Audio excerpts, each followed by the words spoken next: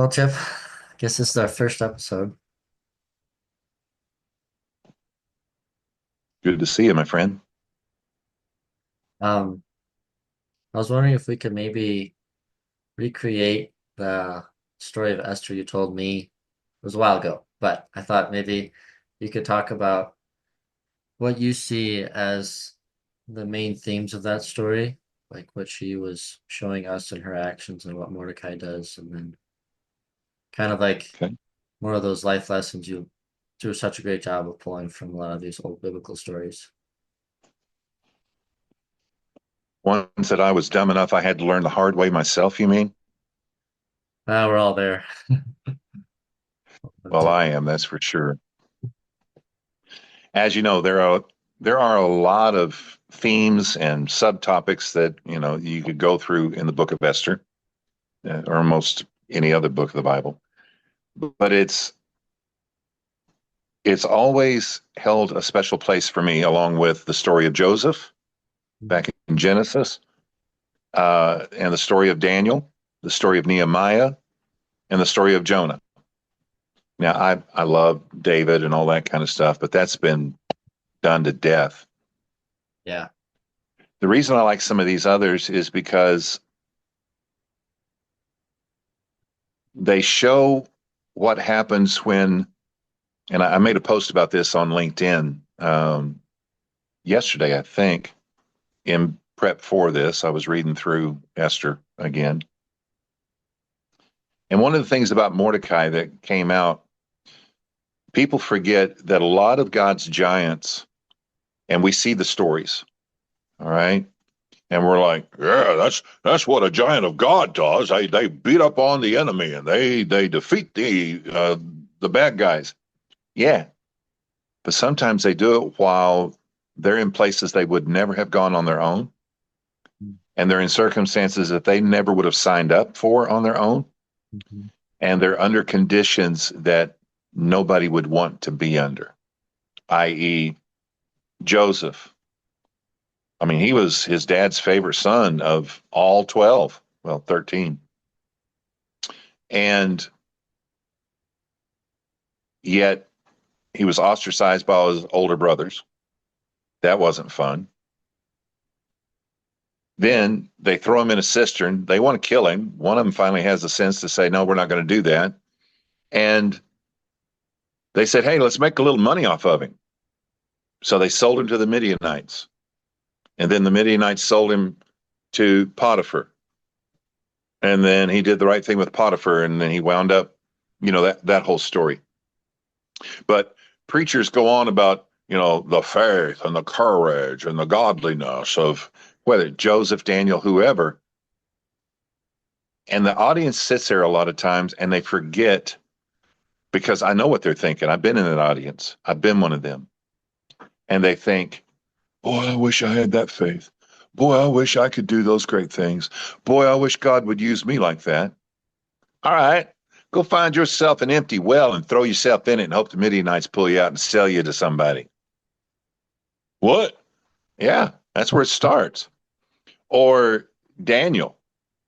To me, Daniel is one of the most extraordinary human beings that has ever lived. More than Abraham, more than Moses. Daniel is told by heavenly beings themselves, Daniel, you are highly esteemed.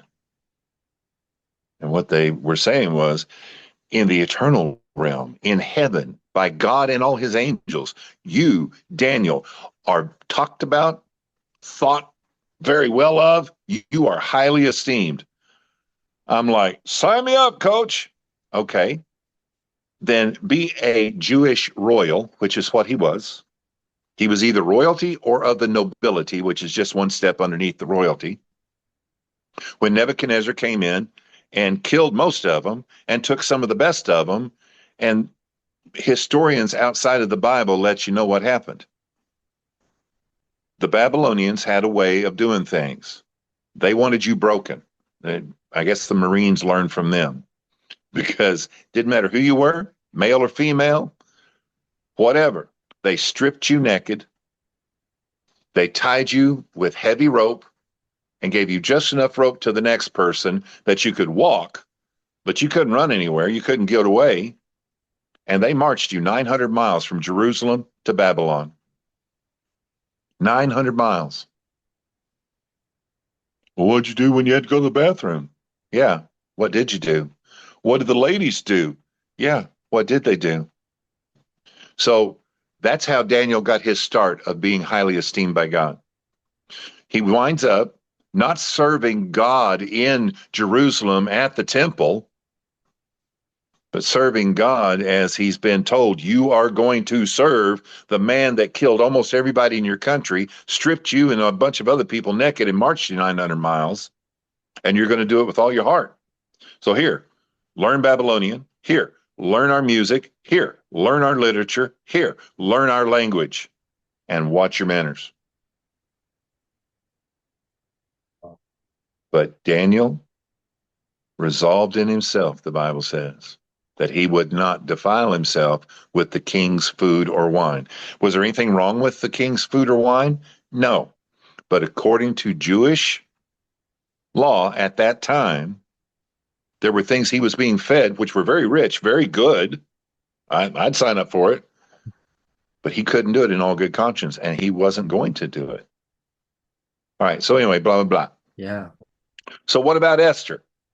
Well, Esther and Mordecai are about 100 years after Nebuchadnezzar first moved into Jerusalem and rearranged the whole thing. And they're still in a foreign country. Now, several people had gone back after 70 years in Babylon, and they had gone back to Israel, Jerusalem, which was laid waste.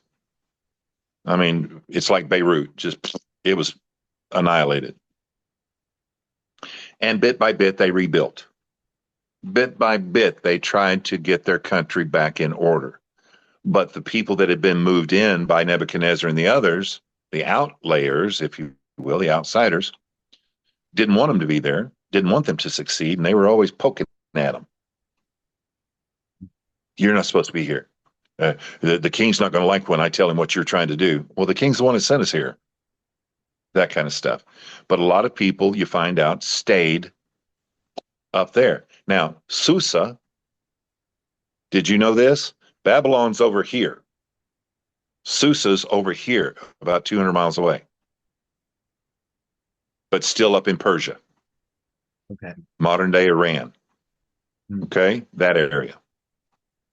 Why did they stay? I don't know. One of the things that happens to human beings, and it's in God's will, is all right, you guys can all go back. Oh, I'm a Jew, I'm going back. I'm a Texan, I'm going back. I'm from, I can't imagine anybody from, I'm going to keep my mouth shut on that. I can't imagine anybody from Michigan that finally gets out of Michigan wanting to go back to Michigan. But anyway, some of them do. It's too cold. Good people, but too cold. But there are others that they're, wait a minute. We've been here 2 generations, 3 generations, 4 generations, whatever. We've got a nice little business going. We've got good neighbors. Yeah, they're not Texans. They're not Jews. They're not Michiganders, but they're good people. We get along with them. We've got a life here. I'm not uprooting us to go back to my homeland that I've never seen because I wasn't born there. Well, you're not a good Texan. You're not a good Michigander. You're not a good Jew. And God says, shh. In the New Testament, it puts this way. Who are you to judge another man's servant? It is to his own master that he will stand or fall, and he will stand because God is able to make him stand. In other words, you mind your own business. It's always been that way. So for whatever reason, Mordecai's parents and Esther's parents had stayed there. And like I said, this is about 100 years after the initial thing. So after the 70 years, we're talking 25 to 35 years after the remnant went back from Babylon after the 70 years. Okay. And you know the ones that went back after the 70 years. You had Ezra and you had Zerubbabel and all that stuff. All right. So Esther's parents die in a foreign country. Wait a minute, this is sounding like something else. The story of Ruth, where Naomi and her husband went to Moab because of the famine down in Israel. And, their two sons met pretty little Moabite women and they got married. And then her husband died. And then both her sons died. And they went back to Jerusalem, actually to Bethlehem. But for whatever reason, these people did not. But they died in this country. And then Mordecai's parents died. Now, Mordecai was a lot older than Esther because it says he took her on like she was his own daughter. Mhm. But thank God that he was there for her.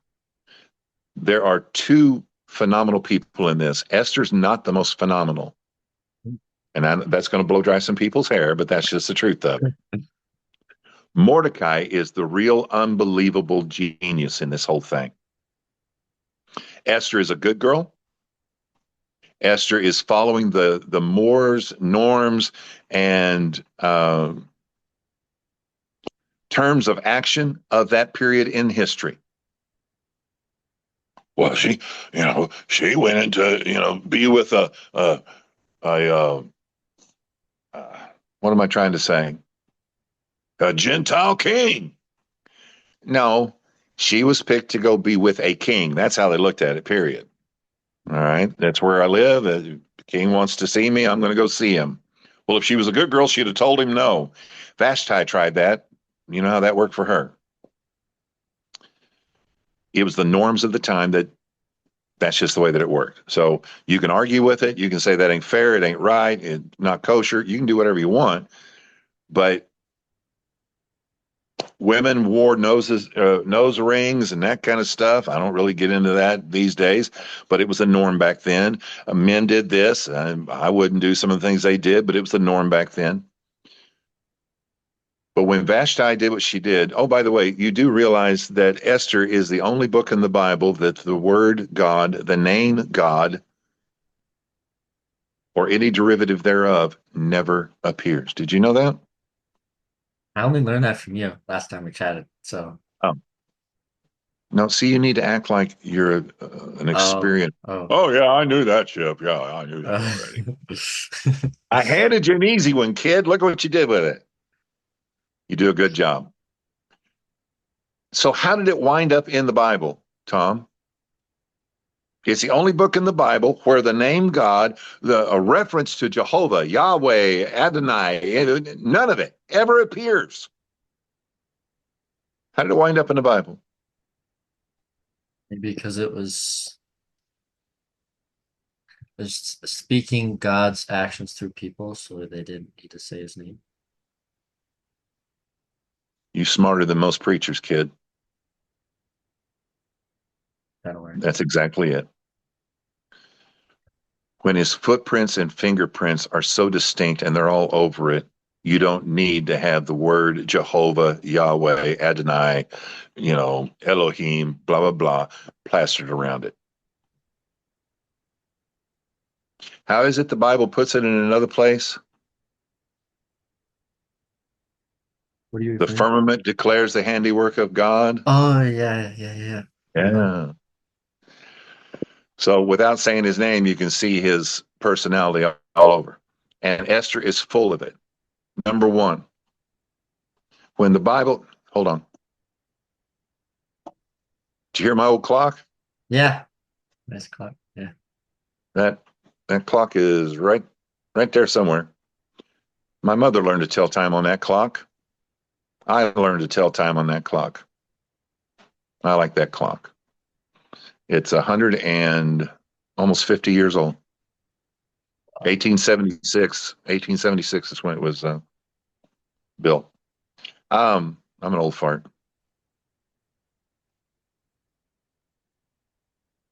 God is sovereign over all things.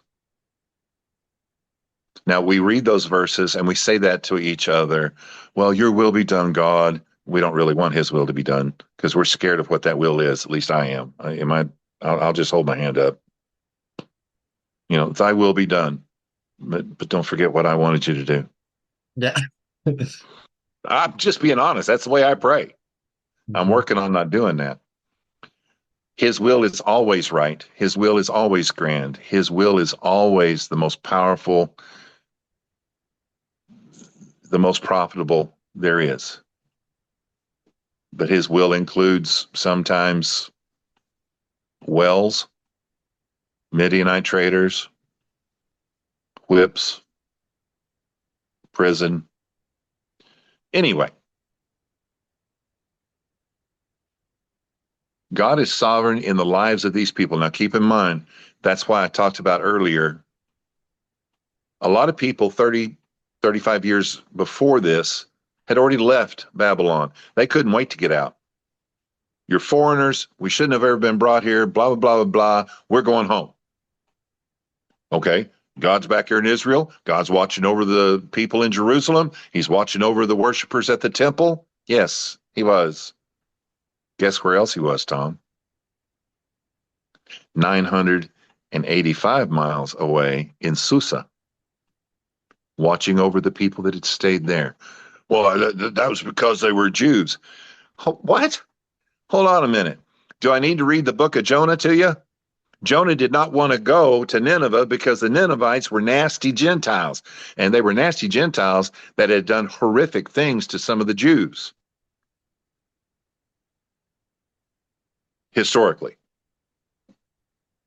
And yet, God, when he tells Jonah to go preach to them so that they have a chance to repent, which they wind up doing, and Jonah gets mad because he said, I knew that's what would happen.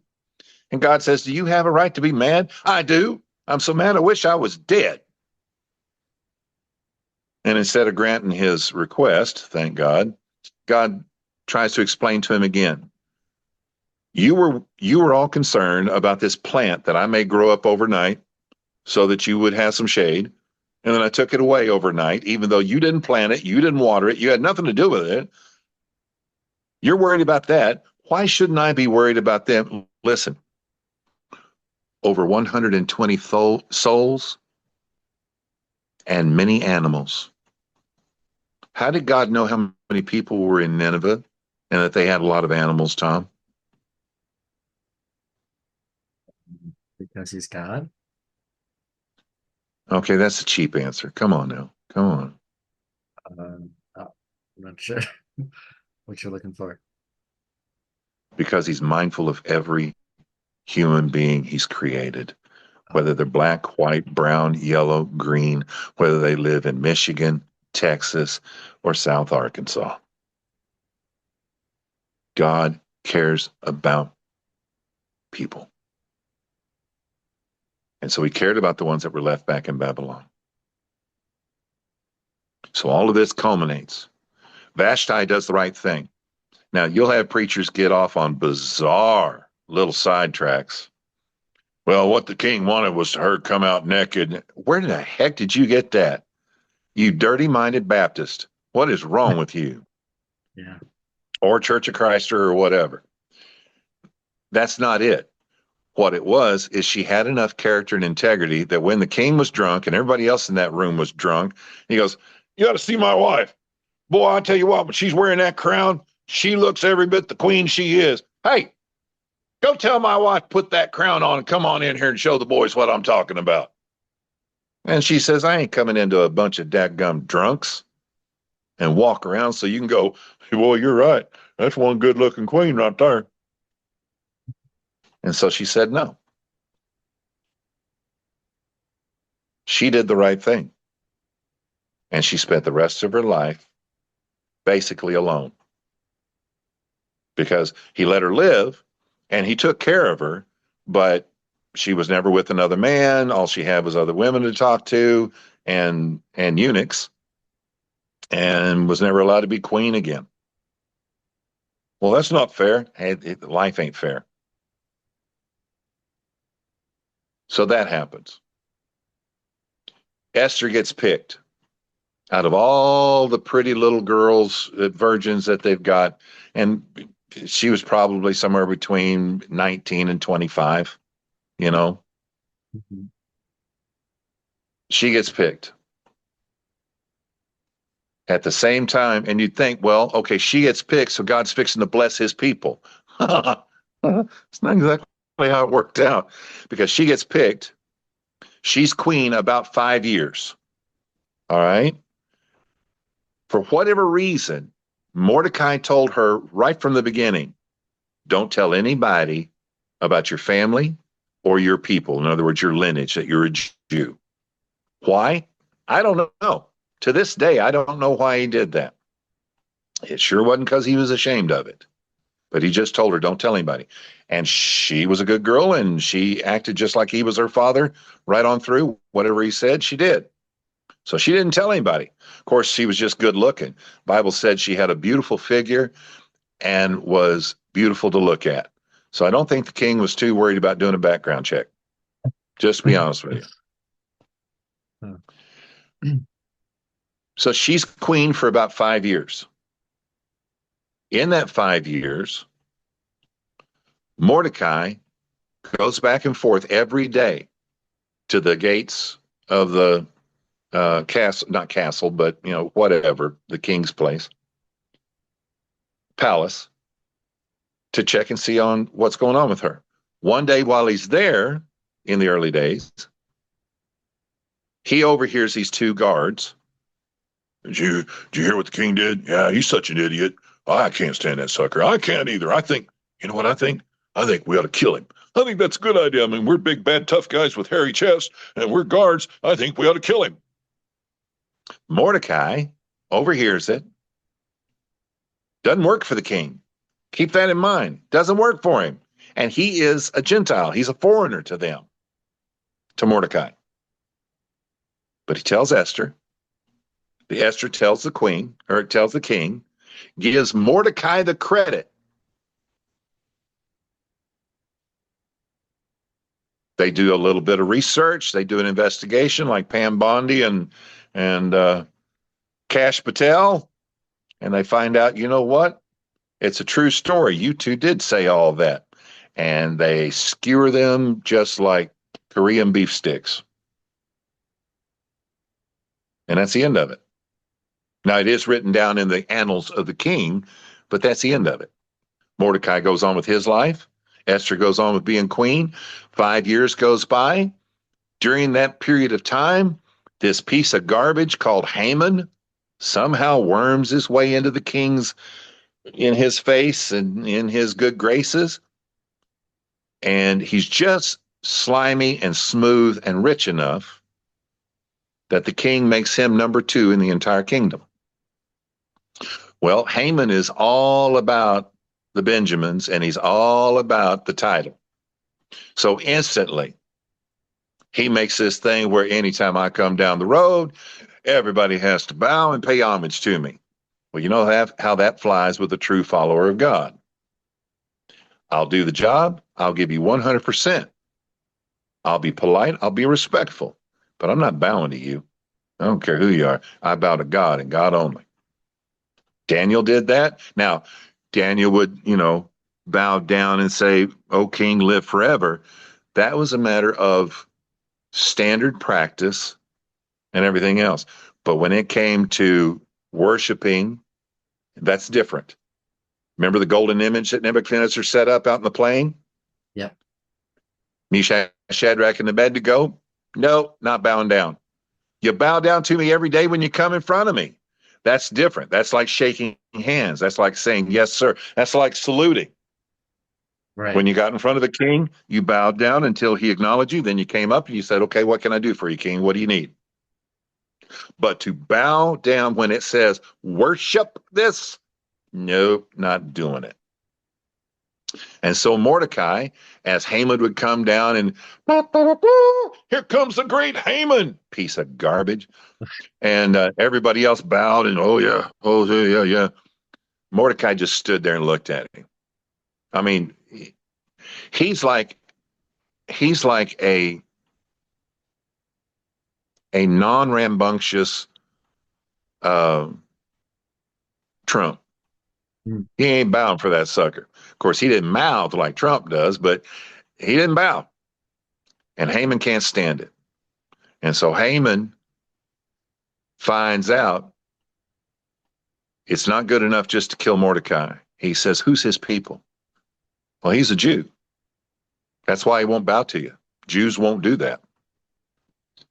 And so, in Haman's twisted, evil, wicked little mind, I'm going to hurt him as bad as I can. I'm going to wipe out all his people first, then I'm going to kill him. So he does all of that. Now, you go back to the initial.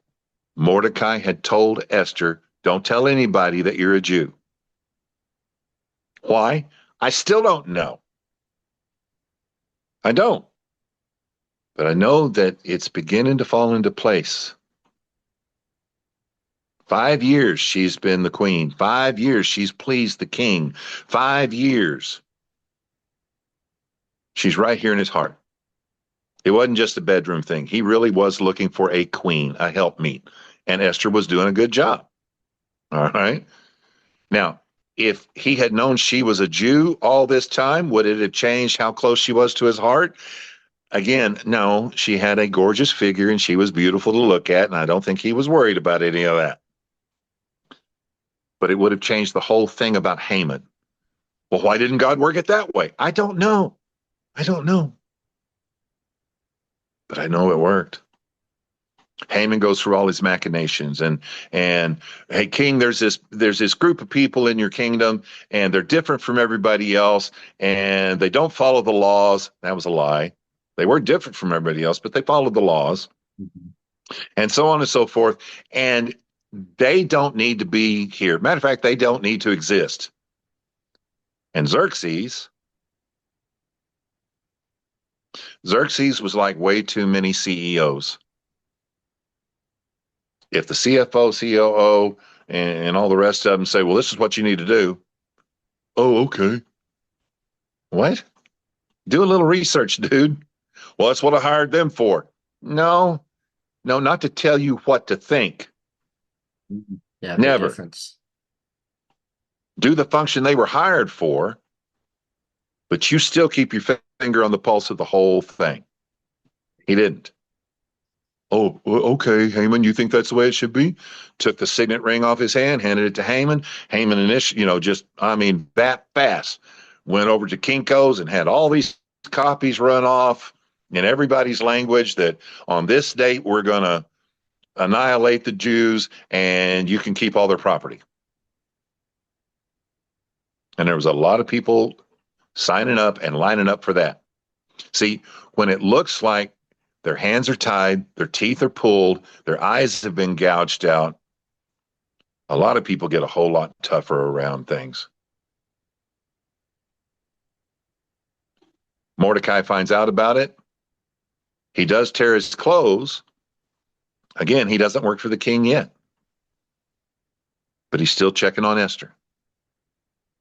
That's what true relationships are about. That's what real love is about. Yes, I know you're taken care of. Yes, I know you're in a good place, but I'm still your daddy, so to speak. I'm checking on you because I care about you. Esther finds out, one of the uh, eunuchs that are in charge of taking care of her says, hey, I saw Mordecai the other day. Oh, yeah? How's he doing? Doesn't look too good. Got dirt on his head. His clothes are all torn. Didn't make any sense to them, of course, but to her, she knew exactly what was going on. That's what you do when you're mourning. You pour dust on your head, you rend your clothes, you tear them. And she says, well, send him a new set of clothes. See, that's man's way of thinking.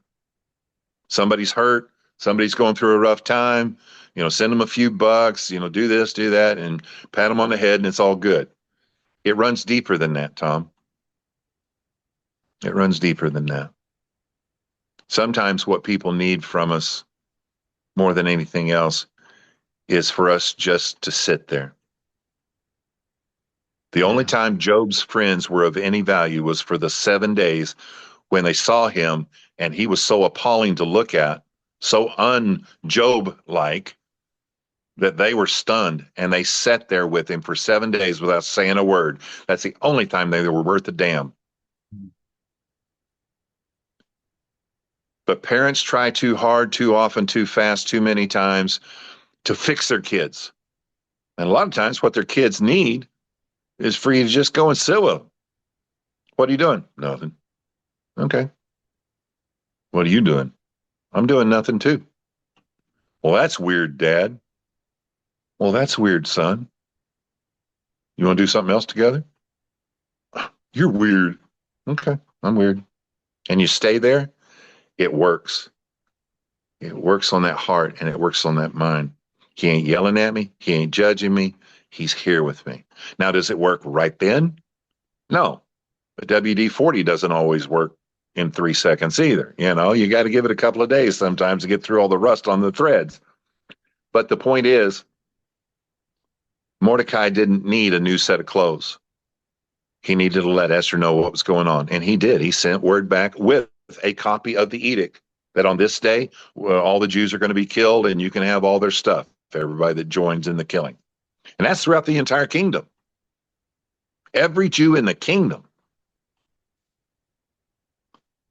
Now, what were the people in the kingdom that were being good citizens and true to God? What were they thinking during this period of time after they found out about the edict? Probably pretty terrified. Well, what would you be thinking? I'm being a good citizen for this foreign government. I've Mhm. stayed. I'm contributing to the economy. I'm not doing anything illegal. And I'm serving you, God. While I'm here, I'm serving you. What would you be thinking if you read that edict? Why is this happening? Boom, boom. One of the craziest things about human nature is the first thing that we grab at when something ominous is even in the windshield. It hasn't happened yet, but it's there. You're coming towards it. What do we grab for? Why? That 3-letter scream. Why? You want to know why, Tom? Yeah, actually.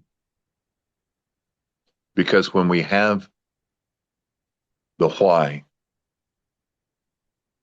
it makes it so much easier to handle the how. Mhm.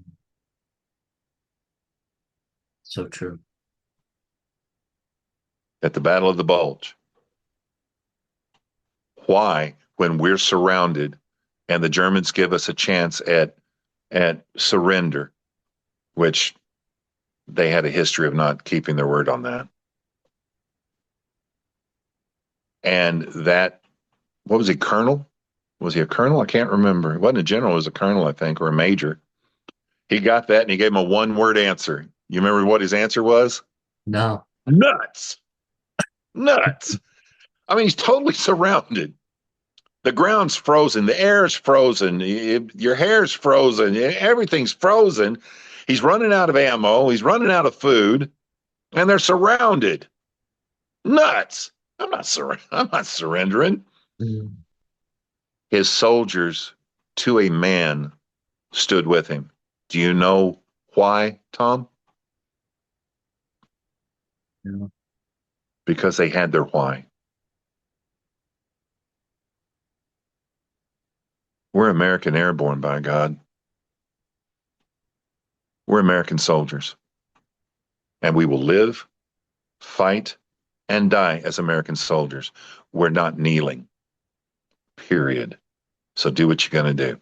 By the way, the Germans lost. But they had their why. If they had no why,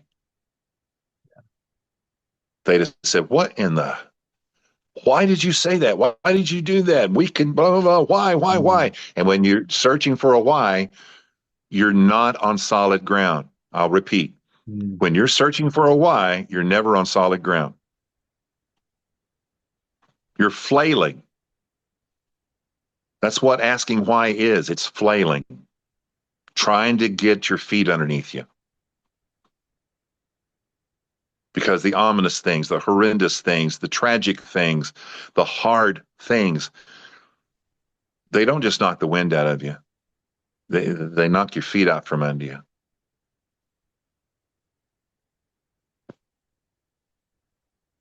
Mordecai had his why that he would not bow to Haman. Mordecai had his why that he put the dust on his head and tore his clothes. Mordecai had his why he told Esther, don't ever tell anybody where you're from, who your family is, or that you're a Jew. Now, do I know why? No, I don't. Well, sure you do. It's because he knew 5, 6 years before, he knew that this was going to. No, he didn't. Listen to yourself. He Yeah. did not know any of this. No, yeah. What he did know was, what he did know is who you are to the king is more important at this moment than who you are by ethnicity. Not because your ethnicity is not important, but because your place with the king may have a place for your ethnicity to come in handy for our king at some later date. Well, that's not in there. No, it's not. That's why I can't give you a firm why. But I've seen enough in Mordecai's actions to know that he thought ahead. He was like Trump in that he played three-dimensional chess. Now, if you had saved the king's life and it was proven that you were right, because they skewered them like like that Mongolian beef sticks that they put on that little fire thing at the Chinese restaurant. Of course, you'll never see that again without thinking of those guards, but that's okay. I think you'll survive it. You got Chinese restaurants in Wyoming, don't you? Very few, unfortunately. Very few. Yeah, I know. They had a good one in Sheridan at one time. I don't know. That was 40 years ago. But so all of this takes place. He saves his life, and nothing happens. Now they wrote it down in the Annals of the King. That's mentioned twice, twice. Once when it happened, and the second time, and we'll get to that. But if you'd saved the king's life, and wouldn't you go knocking on the palace door? Hey, King. Yeah, I'm Mordecai. I think you've heard of me. I need a job. He didn't do that. Why? He played the long game. The long game was not, I know that in 5 years, Haman's going to do this, and then this is going to happen, and this is going to happen, and I'm going to wind up being second in command, which is what happened. Mordecai became second in command behind the king, just like Joseph became second in command behind Pharaoh. God has a way of doing that. Oh, did I mention Daniel became second in command over all the satraps, all the wise men, all the magicians, everybody? Second only to Nebuchadnezzar. God does that, but not because we are talented, not because we are so good looking, not because of our ambition, but because of his will.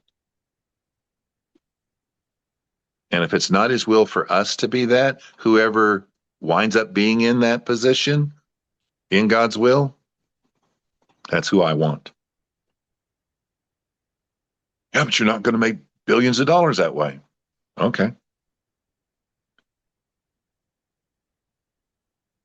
But if I stay faithful to the king, I'll make him happy, and that's worth more than money. And that's what Mordecai did. Again, the name God, Jehovah, Yahweh, Adonai, Elohim, blah, blah, blah, never appears. What does appear is a man named Mordecai that had such a solid faith in and solid knowledge of the God that he served that no matter whether he was being slapped around, threatened with death, or whatever, he knew you don't run things, Haman. You don't run things, Xerxes. My God does. Well, how do you know that? That's not in there. Sure, it is. Because when he sent that back to Esther, in other words, here's the decree. You want to know why my clothes are torn? You want to know why there's dust on my head? Here, read this. Esther reads it. She's like, oh, wow, that's terrible. Now, where is she? She's in the palace at Susa. Where is she? Right next to the king. Where is she? Safe. Eh, eh. I'll guarantee you, I know this. Xerxes liked Esther a lot more than he liked Haman. That was never going to change. Hmm. That's true. I Yeah. don't, I don't think he had the figure for it. Um, but when she sends word back to Mordecai, basically, well, this is terrible, but what can I do about it? And Mordecai sends back and says, well, I'll tell you what you can do about it. You can go in and tell the king, this isn't right. Now's the time, girl. Now's the time. And she sends a message back to him. You don't know how things work around here. You see, in this house, even me, and he hasn't called for me in 30 days. If you go into the inner chamber of the palace, into his throne room, and he had not called you there, and you walk in, if he does not raise the golden scepter and point at you, you're dead. Not 10 minutes later, not after a 4-year trial. That second, you're dead. And he hasn't called for me for 30 days. Now may not be a good time. And Mordecai sent one more message back. And this is where how do you know that God's involved? Watch this, Tom. If you altogether hold your peace now, he tells her, don't think that you and your house, your family, see, her parents were gone, but she must have had siblings or other relatives around, because he says, do not think that you and your family will escape just because you're in the palace. If you hold your peace and don't go into the king and talk to him. And he said, and if you don't, know this. One, you won't escape. Two, help will arise for us from someplace else. Help will arise for us from someplace else. How in the Sam Hill did he know that, Tom? Faith. Huh?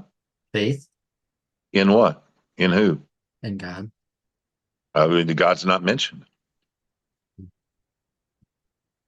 I don't know. Tom. See, this is how it goes sideways so easy. All right. You're absolutely right. It's faith in God. Well, how do you know the name God's not mentioned? Because he acts exactly the same way Joseph did when he was faced with this. He acts the same way David did when he was faced with this. He acts the same way Daniel did when he was faced with this. He acts the same way that Paul did when he was faced with this. He acts the same way that our precious King and Savior did, Jesus, when he was faced with this. If you're the Son of God, tell these stones to turn into bread. It is written, man shall not live by bread alone, but by every word that comes out of the mouth of God. If you're the Son of God, cast yourself down from this high point of the temple in front of everybody. See, that's a shortcut. That's how man and the devil think. Shortcut, shortcut, shortcut. Because the Bible says, it is written that he will not let you even strike your heel against the ground, but his angels will catch you up before you bruise yourself. And Jesus answered, it is also written, do not tempt the Lord your God. When people act like God is real to them, God is real. Period. Well said.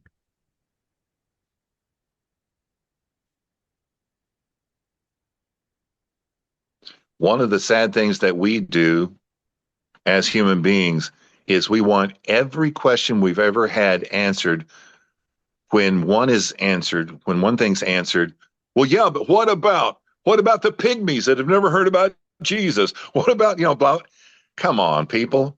And that includes me. I've done it to God a million times. Jesus did not answer every question that had ever been asked or ever would be asked every time he answered a question, Tom. He answered the one right in front of him.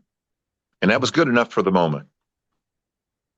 And the way that he answered it left you scratching your head with more questions because it was a bigger answer than you were ready for.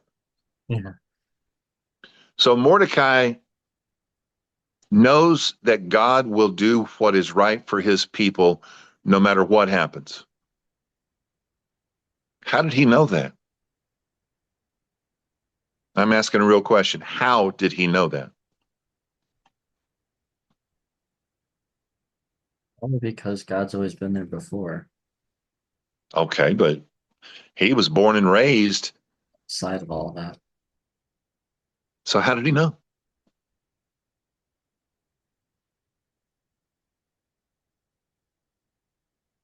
I have a good answer. Stories, Tom. One of the first things the enemy tries to do is destroy the family. And one of the reasons he tries to destroy the nuclear family with a dad and a mom and all the other things that go with it, which includes grandparents and great grandparents a lot of times, is that the connectivity of story. Your great great grandfather back in 1901 did blah, blah, blah, blah, blah, and helped the Wright brothers, da, da, da, da. Your grandfather in World War II. And when you grow up with stories, it strengthens character. It strengthens your ganas, your bone deep desire to develop integrity. Now, does every single person have that in every single family? Sadly, no. My grandfather on my dad's side was a drunk and a womanizer, a worthless piece of garbage. But my dad, who had to grow up real fast because he was the oldest of five brothers, had to leave school at the age of 9, get a full time job in the early 30s in the Depression in southern Oklahoma, and work like a full grown man at the age of 9, 10, 11, 12, 13, and fight for his money because he had a couple of bosses that worked him like a rented mule and then said, I'm not paying you, you little shit. I said, what'd you do? And he goes, I picked up a pitchfork the first time when I was 11. And he said, he said, I told that old German, he goes, you'll either pay me or you won't be able to hold your beer tonight. Whoa. I said, did you mean it? He goes, I had 4 brothers and a mom waiting at the house. We weren't going to eat if I didn't. Yes, I meant it. And that German knew it.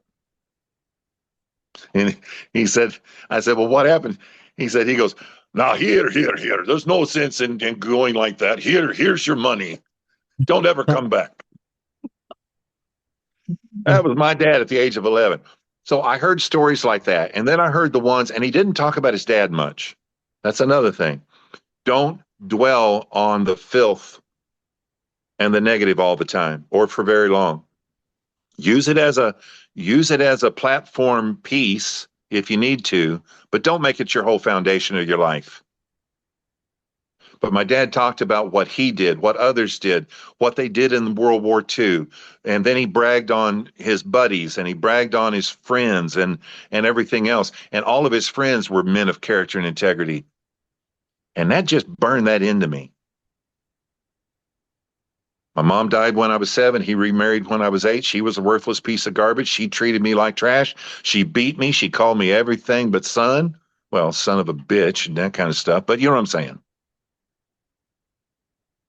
So how was I able to hang on to the things? And I made a ton of mistakes in my early days.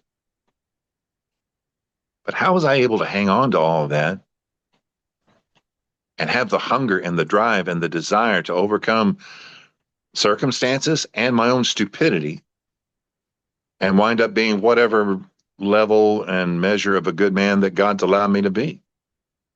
A lot of it is the stories, the connectivity. And that's how Mordecai knew that God would take care of him because they told the stories. They told the stories of Abraham and they told the stories of Isaac and Jacob and they told the stories of Joseph and they told the stories, and you go on and on and on and on.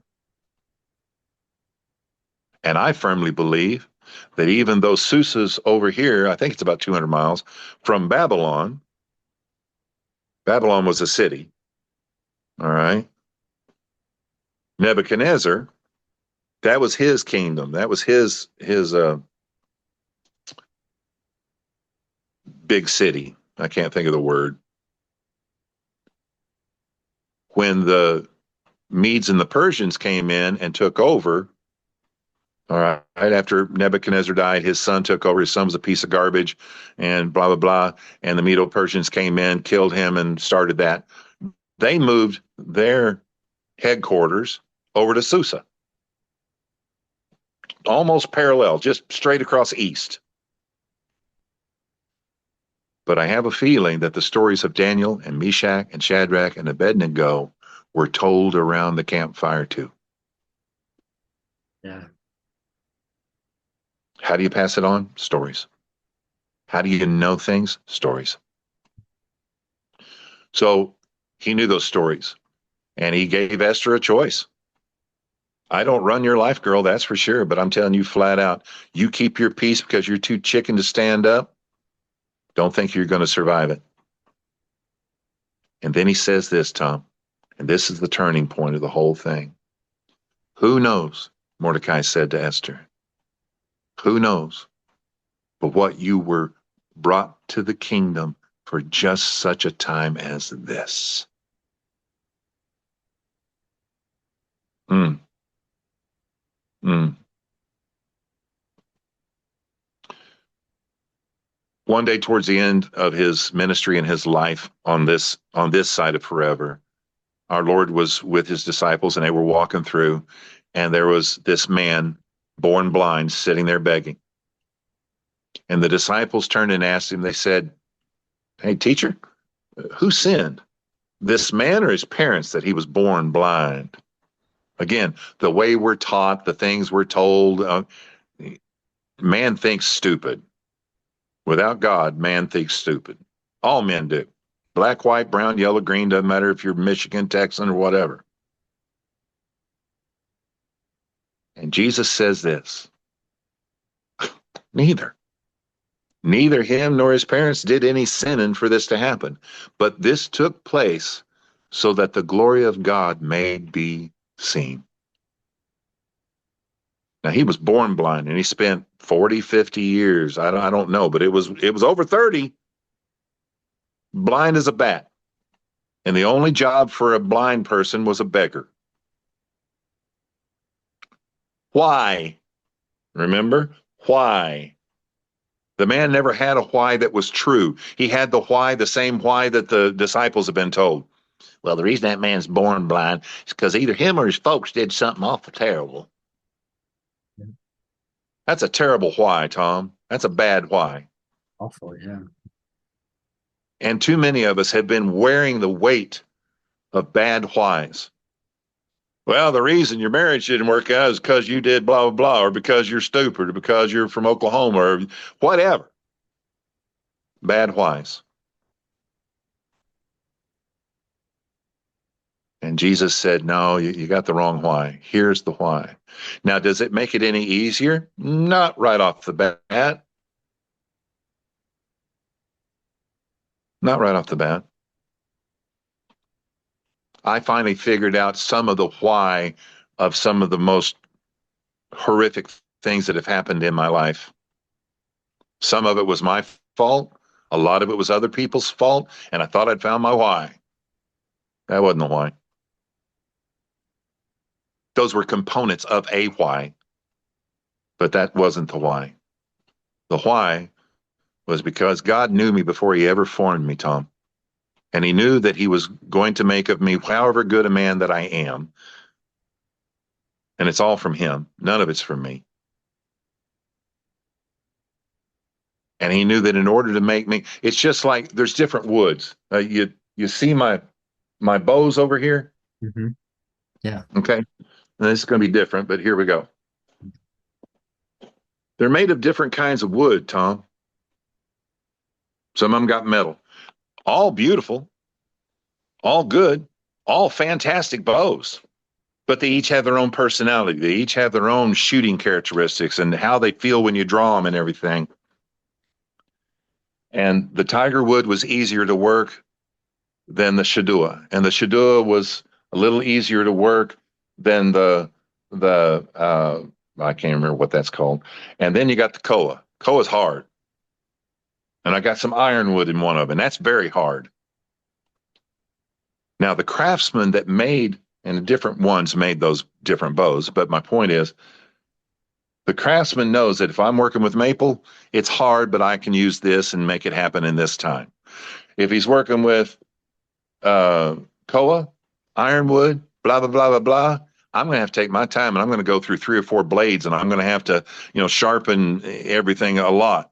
Why? Because that's a hard-headed wood. I'm ironwood, hard-headed as hell. But God had a plan for shaping me to whatever level of good man that I am, for the good things that He had built ahead of time. For we are God's workmanship, it says at one point in the Bible, created in Christ Jesus for good works. Why were we created? There's that why, Tom. Why were we created? For good works. Well, I'm awful talented, so I should be a song leader or famous in a quartet. Ah, shut up. Shut up, shut up, shut up, shut up, shut up, shut up. That's not what it is. Did you know that I actually turned down a position with a world famous group at one time? Really? Yeah. Hmm. They hunted me down to be the bass singer for them. The group Acapella. For acapella. You've heard of the group Acapella? Yeah, I have. Yeah. Yeah. They hunted me down. July 2nd, 1982, I get a phone call. I'm working for a farmer outside of Cabot, Arkansas, and I get a phone call. I'd gotten like 5 or 6 messages. And I was like, I don't know these people. I don't owe them money. So screw that. Keep in mind, Tom, all I wanted to do was to be a professional musician. That's how I paid for my college was playing guitar and singing music and writing songs and that kind of stuff. But the group a cappella wanted me for my bass voice. Okay. And finally got a hold of me, and it was his mom, Keith Lancaster's mom. And she goes, "Oh, young man, we have been trying forever to get a hold of you." I said, "Well, who are you?" I was polite, but I was like, "What in the world?" And she tells me all of this stuff. And my son is starting this new group and they're going to be world famous and blah, blah, blah. And they've already got money in a recording studio and all this kind of stuff. And then he got on the phone and he said, "I've already heard this young kid from Mississippi named Rodney, who became their first bass singer, by the way, and was with them for 2.5 years."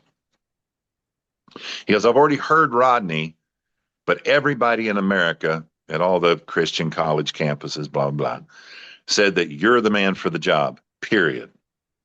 And I said, "Dude, you've never seen my face. You've never heard my voice." And he goes, "No, but Clifton Gaines the third and so and so and so and so and the guy from Pepperdine, they all said you're the man for the job." He goes, "I've got an airplane ticket. I'll send it to you and we can get going." I said, "Give me 2 days to pray about it." Now, remember, I told you all I wanted in life was to be a professional musician, Yeah. and it fell in my lap. But for some reason, I said, "Let me pray for it, pray about it for 2 days." Man, it's the opportunity of a lifetime. Red flag number one. When a Christian guy tells you that you're crazy for wanting to pray over something, Yeah. red flag, red flag. I prayed for 2 days, Tom. The more I prayed, the worse I felt about it. At the end of the 2 days, he called back. He goes, "I can have you here tomorrow afternoon. We can get started Monday." And I said, "I'm not coming." "What? You're crazy." I said, "Then you don't need me at all, do you?" And hung up. Whoa. Yep. They instantly went famous. And what do they got? 17, 18 albums now and, that kind of stuff. Not Aerosmith famous, but in Christian music circles, they do pretty good. Yeah. Um, and I was still a worthless kid. I still did a horrible bunch of horrible things after that. But God was working on me even then, Tom. Why didn't I take that job? At the time, I didn't know. Now I do. That would not have helped me be formed into the man that God needed me to be for the good works that He established ahead of time for me to be a part of.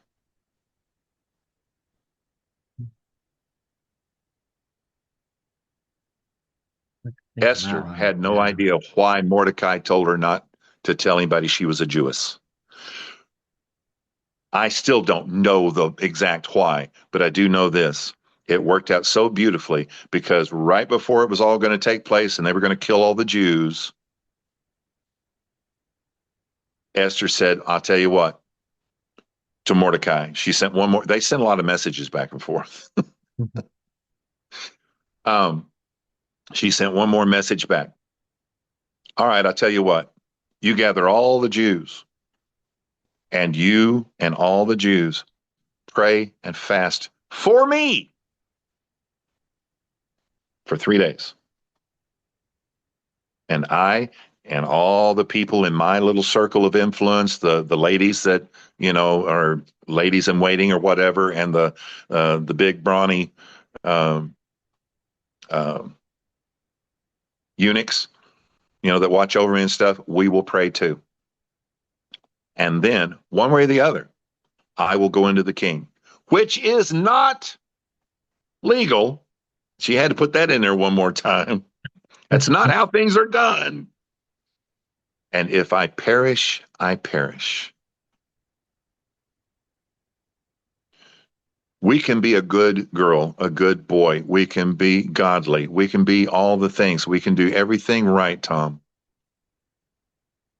and still reach that point of that intersection and that precipice where faith has to take a leap because everything else says, if I do this, I'm going to lose everything. And until that point, all we are is an embryo. We're not born until we say, and if I perish, I perish. But I'm going to do what you said. And God says, now you're born. Now you're on a roll. Now it can work. And you go into the rest of Esther and you find out that she still used her head. See, she didn't just, hey, King, I know you could have me killed, but we need to talk. I'm actually a Jewess and they're going to kill all my people. And I think you need to stop that. That's not how she did it. Just because you have a mission from God doesn't mean you have to leave your brain in the back room. I will repeat, just because you have a mission from God doesn't mean you have to leave your brain in the back room or up your butt or wherever it is. All right, I'm just being honest. Yeah, that's so true. So you know how she planned, she comes in, and of course the king looks up and says, "Hey, babe," or however they said it back then, but pretty much. And he holds out the golden scepter. All right, thank God. Okay, she okay. He hadn't talked to her for a month, but he still liked her. So God took care of that. And he says, "What can I do for you? Anything you want, even up to half my kingdom." Why do kings do that? I don't know. That's what I want to know. You know, Herod, when that little stepdaughter did her little honky honky dance or whatever. Oh yeah, whatever you want, up to half my kingdom. Up to half my kingdom. Up to half my kingdom. Whatever. And she says, I'll tell you what I want. You mind coming and having dinner over on my side of things tomorrow? I'm cooking something special. Oh yeah, I'll be there. I'll be there. Oh, and can you invite Haman? Oh, yeah, I guess I can. You know. All right, so that's taken care of.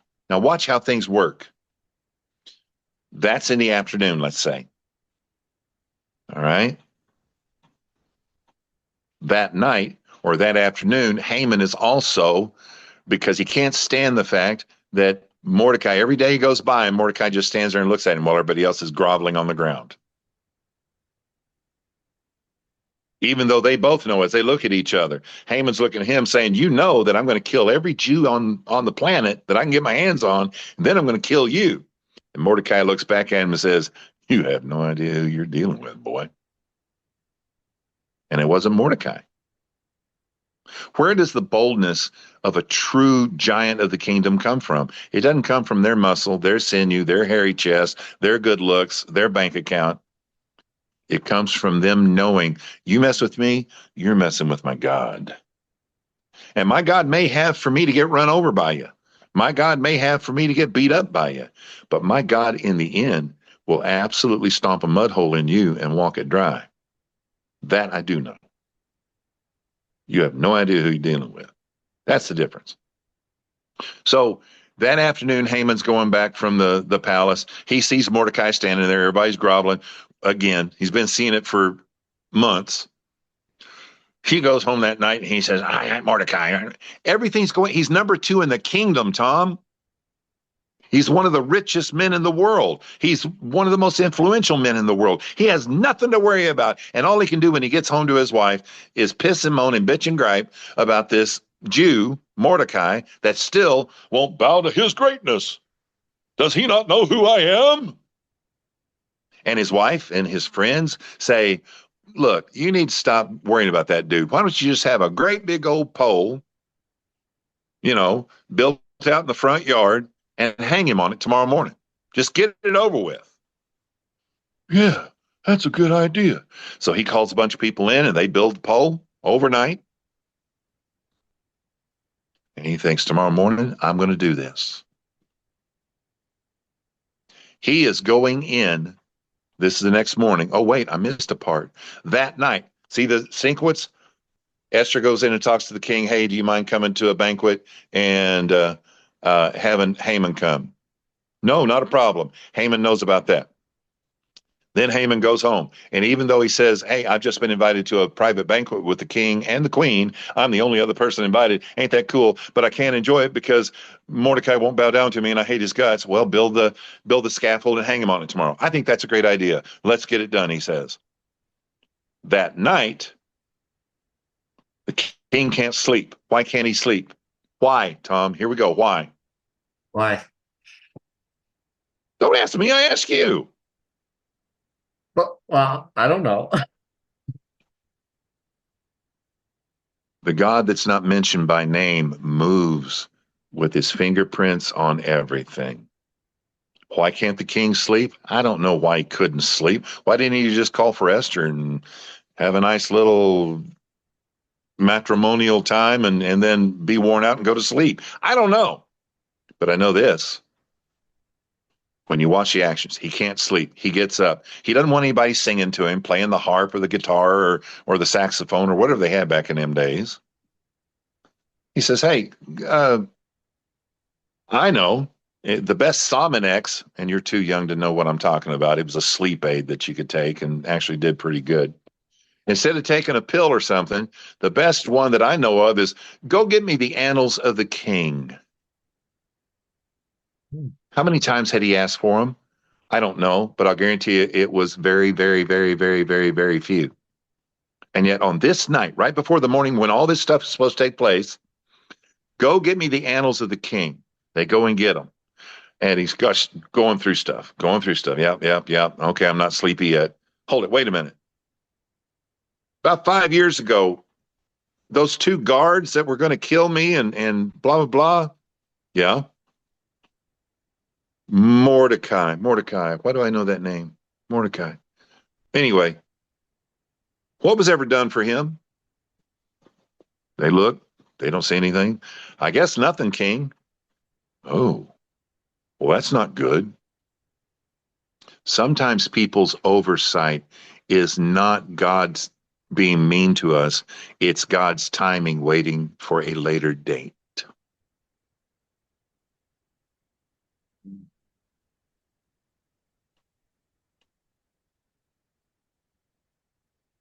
I guess he's able to go to sleep after that. The next morning, very early, here comes Haman. He's going to tell him what he's going to do to Mordecai, blah, blah, blah, blah, blah.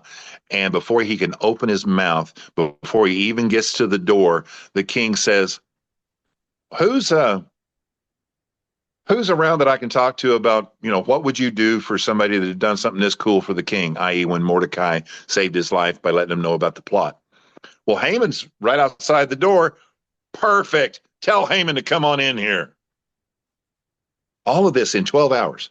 Boom, This boom, boom, is boom, boom. crazy. Haman walks in. He's thinking, he's going to give me another honor, blah, blah, blah. And he hits him with this. Hey, Haman. Yes, sir. What would you do if how would you honor somebody that had done something so marvelous for the king that it's incredible. It's unbelievable. Sounds like Trump. Um, it's going to be wonderful. Um, and the Bible says that Haman thought to himself, who else could the king be talking about but me? See, when your world revolves around your little self, Oh, yeah. but God worked it out. And Haman said, well, I think I have an idea for you, King. I think that what you ought to do is get a horse that you have ridden, O King, and put on a royal robe that you have worn, O King, and have one of your very top officials in the entire kingdom hold the reins, walk in front of the horse, and yell as loud as he can to everybody throughout the entire city of Susa. This is what happens to one who pleases the king. The king says, you know what? That's a pretty dadgum good idea. So go and get Mordecai, get the best horse, get the best robe, get this, get that, do everything exactly like you said. Can you imagine what was going through Haman's mind? That's so funny. But he did it. See, that's what gutless punks do. They'll hate what they're doing, but they'll go ahead and do it. So he had to go through the entire thing, the whole town, yelling at the top of his lungs, this is what happens when you completely please the king, blah, blah, with Mordecai sitting on the horse. And you think they all didn't know that it had been him in his chariot or him on his horse or him on his pole thing that, big, strong guys have to carry your fat butt down through the city streets? And Mordecai standing there looking him in the eye like a regular man. And now he's having to do this with Mordecai sitting up on the horse. Huh? How So cool is good. this? So he goes home. He's dejected, talking about Haman. And they said, well, go ahead and go back.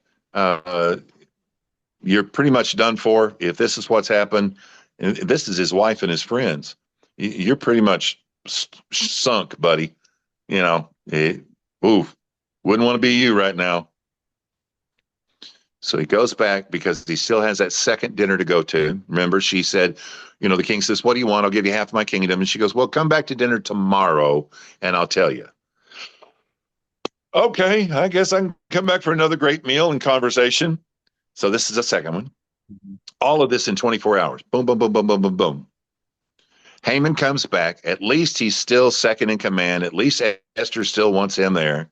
And then the king says, now, queen, what can I do for you? Anything you want, up to half my kingdom.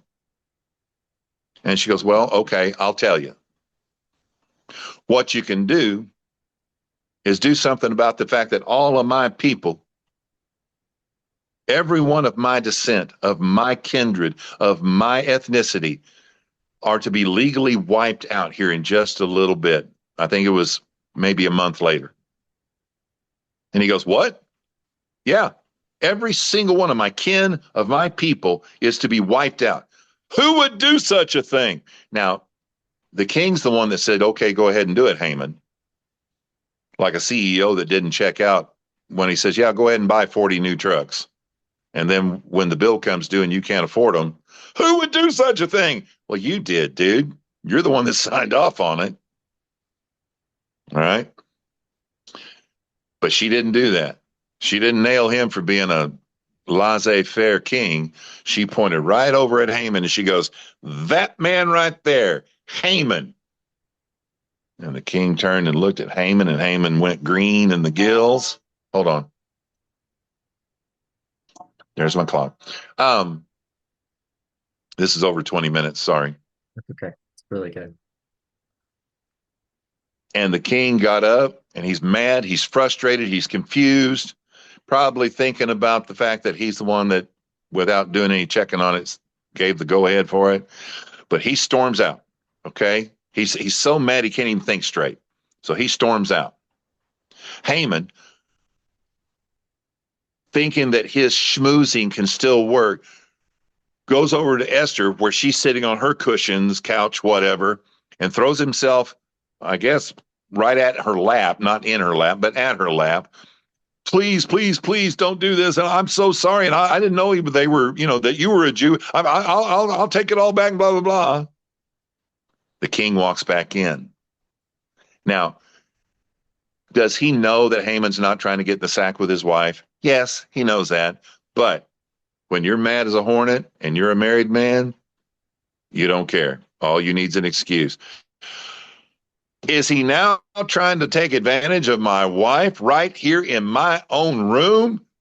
And I mean, the words weren't even out of his mouth. And two big old boys grabbed Haman, dragged him out of there. And the funny thing is, people keep their mouths shut. Lower tier people, middle management people, they don't always tell you everything. But once they find out how the cow eats cabbage, who's in and who's out at the top tier, i.e., Haman's out, they know that. Well, by the way, King, you didn't hear it from me, but spit it out, boy. Well, Haman actually built a gallows right in his front yard to hang Mordecai on. Really? I'll tell you what, hang Haman on his own gallows. And within the hour, Haman is hung on his own gallows.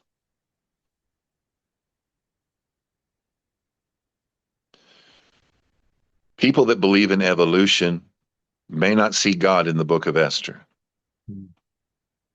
but I see his fingerprints. I see his footprints. I see his sense of humor. And I see his sense of justice in absolutely every single move.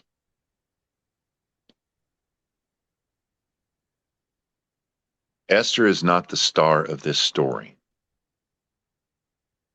Mordecai is more of a star than her, but the real star is the God and the King that does not even have to have his name mentioned to show absolutely everybody for thousands of years. When I give my word to take care of a people, can't nobody, can't nothing get in the way of me taking care of the people.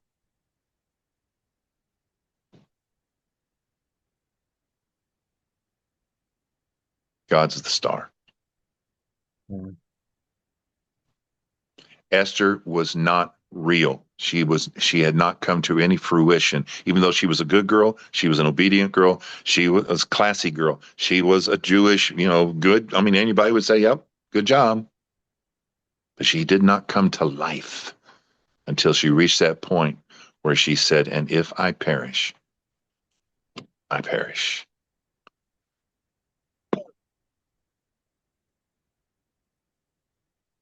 Mordecai, he was alive all along. How did he get that way? Why did he get that way?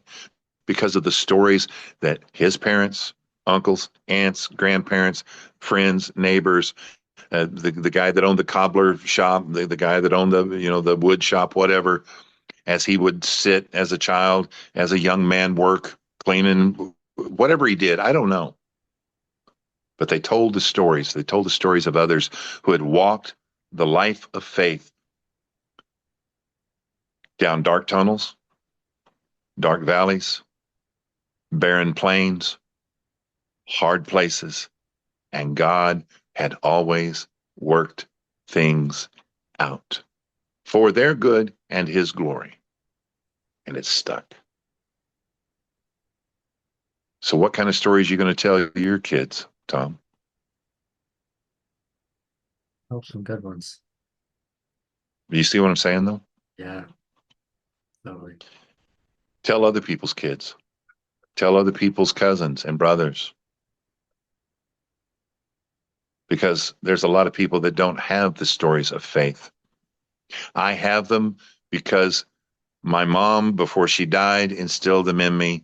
My maternal grandfather, that I look like and am built like and everything else.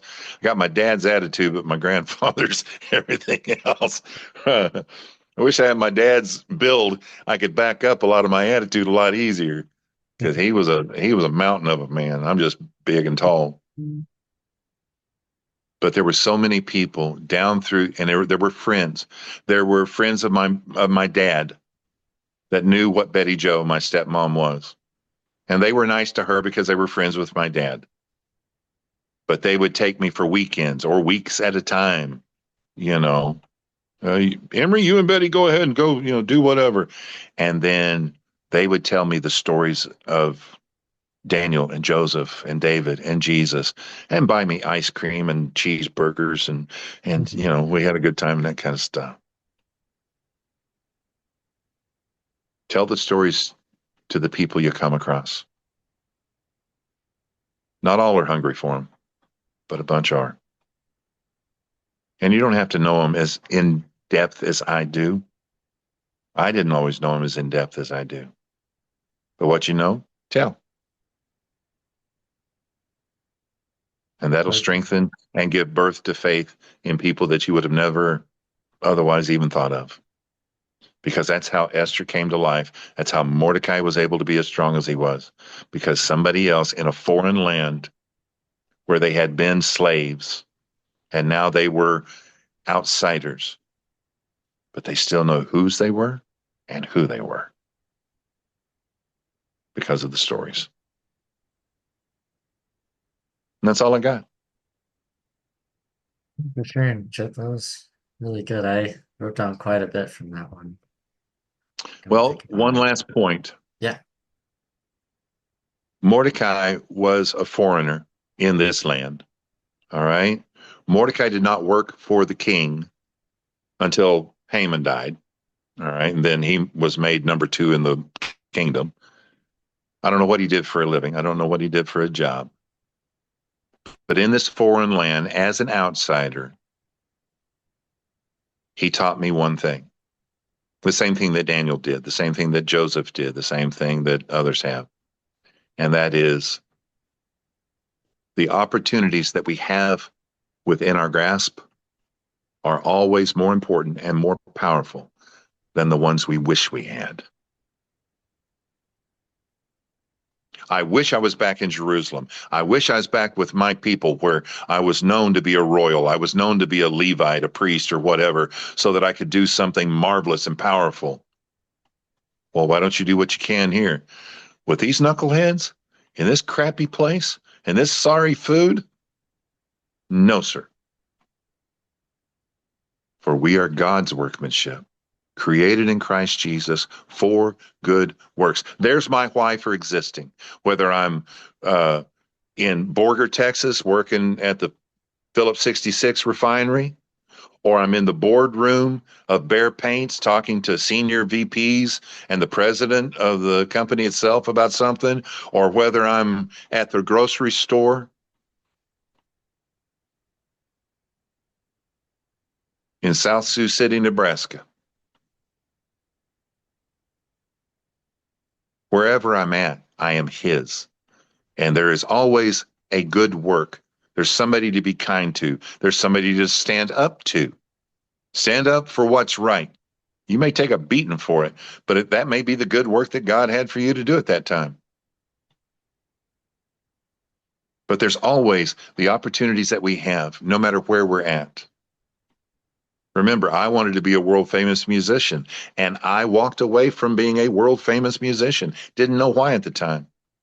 It's because what I went through after that, some of it my own stupidity, some of it other people's weakness or wickedness, but all of it used by God to shape me into where I can look you on March, whatever it is, 2025, with love and no wavering whatsoever and tell you flat out, I would not trade being God's adopted son, where I'm at right now, for having nothing ever gone wrong in my life. I would not trade that. And I wouldn't go through what I went through again for anything in the world. But I would not trade what he has made me thus far. And I'm not done yet. As long as I stay surrendered to him, I can't get any more handsome, but I can get more useful.